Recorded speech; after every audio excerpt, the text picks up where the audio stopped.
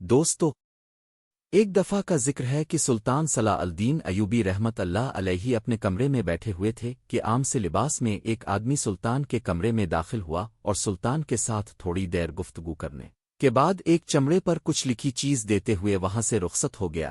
اس کو نہ ہی کسی نے آتے دیکھا اور نہ ہی کسی نے جاتے دیکھا۔ تھوڑی دیر گزرنے کے بعد سلطان نے ایک سپاہی کو حکم دیا کہ جا کر علی بن سفیان کو میرے پاس بلاؤ۔ دوستو، علی بن سفیان عرب کا ایک ماہر جاسوس تھا۔ وہ نہ صرف جاسوسی میں ماہر تھا بلکہ جاسوسوں کو پکڑنے میں بھی ماہر تھا۔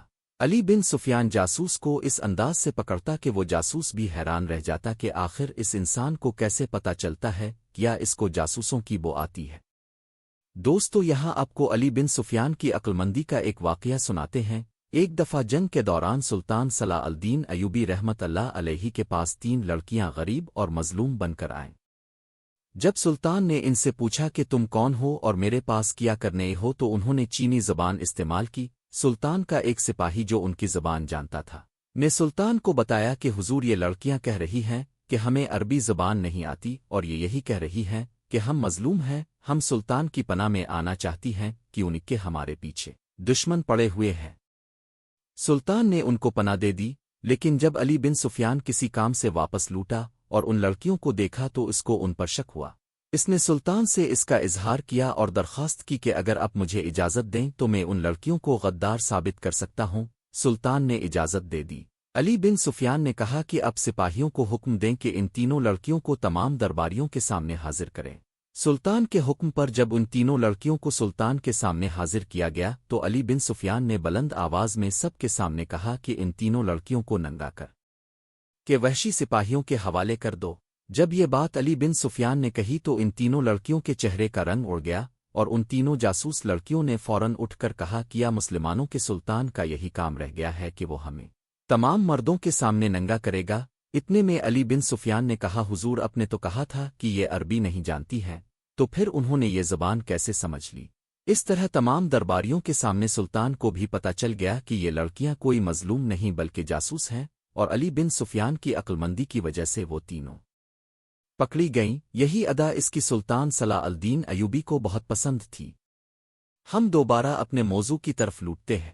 سلطان صلاح الدین ایوبی رحمت اللہ علیہ نے علی بن سفیان کو اپنے ساتھ بٹھاتے ہوئے کہا کہ جاسوس سے خبر ملی ہے کہ فلاں قبیلے کا سردار اب بالکل پرسکون ہے، اس نے اپنی سپاہی ہر طرف پھیلا دیے، اور وہ قبیلہ جیسا کہ تم جانتے ہو کہ تجارت کے لحاظ سے سب سے زیادہ اہم ہے، کیونکہ ہمارا تجارت کا راستہ اسی قبیلے کے پاس سے گزرتا ہے اور اس قبیلے کا سردار وہاں سے گزرنے کے لیے ہم سے محصول مانگ رہا ہے۔ میں نے اسے مناسب محصول یعنی ٹیکس دینے کا وعدہ کیا، لیکن اس نے ہماری مجبوری کو دیکھ کر دگنا محصول لینے کا مطالبہ کر دیا۔ میں نے اپنے جاسوسوں سے خبر لی ہے کہ یہی بہتر وقت ہے کہ اس قبیلے پر حملہ کر کے اس کے سردار کو پکڑ کر اس قبیلے کو اپنے قبضے میں کر لیا جائے، تاکہ ہمارے غریب تاجروں کو اس ظالم سردار کو محصول نہ دینا پڑے اور ہماری معیشت اٹھ کھڑی ہو۔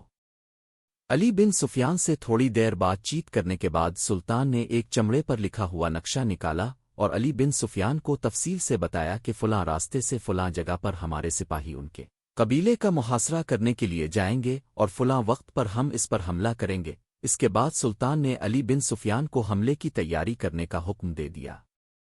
لیکن جب حملہ کرنے کا وقت قریب آیا اور سلطان محل سے اپنے سپاہیوں کے ساتھ روانہ ہونے لگے تو اتنے میں ایک عام آدمی کے بھیس میں ایک ماہر جاسوس نے سلطان کو خبر دی کہ حضور، سردار کو خبر ملی ہے کہ سلطان اس کے قبیلے پر حملہ کرنے والے ہیں، اور اس نے آپ کے مکمل منصوبے کے مطابق اس جگہ پر سپاہی تعینات کر دیے ہیں۔ سلطان بڑا پریشان ہوا ور کہا کہ تم کیا کہہ رہے ہو؟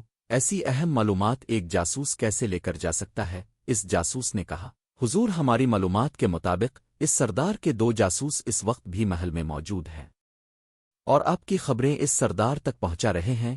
تھوڑی دیر سوچنے کے بعد سلطان نے اپنے سپاہیوں کو آرام کرنے کے لیے بھیج دیا اور خود اپنے کمرے میں چلا گیا اور علی بن سفیان کو اپنے پاس بلایا اور کہا، اے علی، میرے جاسوسوں کے مطابق محل میں اس وقت اس سردار کے 2 جاسوس موجود ہیں جنہوں نے یہ اہم معلومات ان تک پہنچائی ہے۔ وہ یہ باتیں کر ہی رہے تھے کہ اتنے میں سلطان کے کمرے میں ایک باورچی سلطان کے لیے مشروب لے کر آیا۔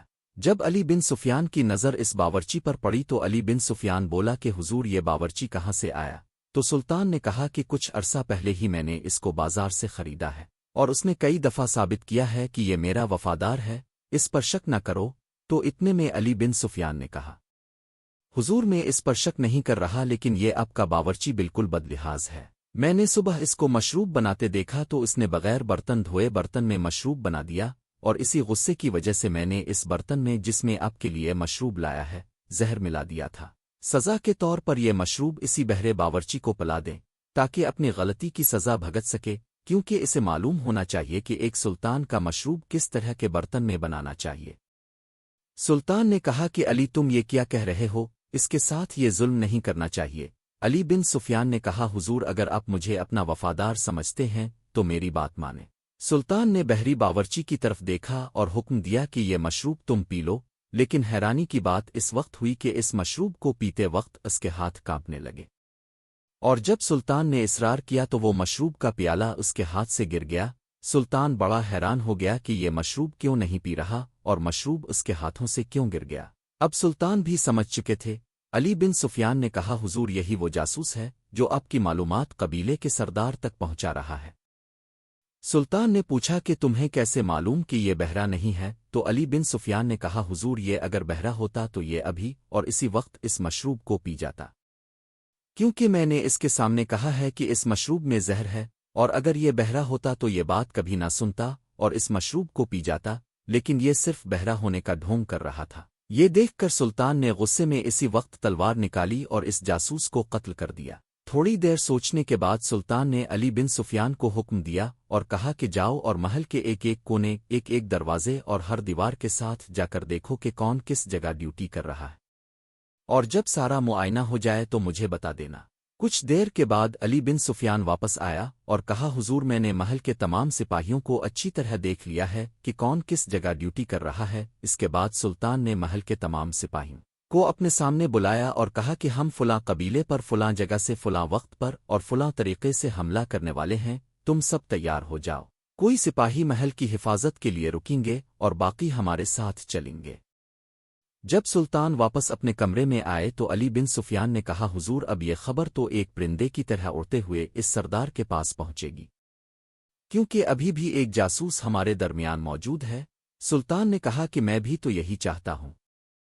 اب سلطان صلاح الدین ایوبی رحمت اللہ علیہ نے علی بن سفیان کو کہا، میرے کہنے کا مقصد یہ ہے کہ جس طرح میں نے تمام سپاہیوں کو کہا ہم ویسا نہیں کریں گے۔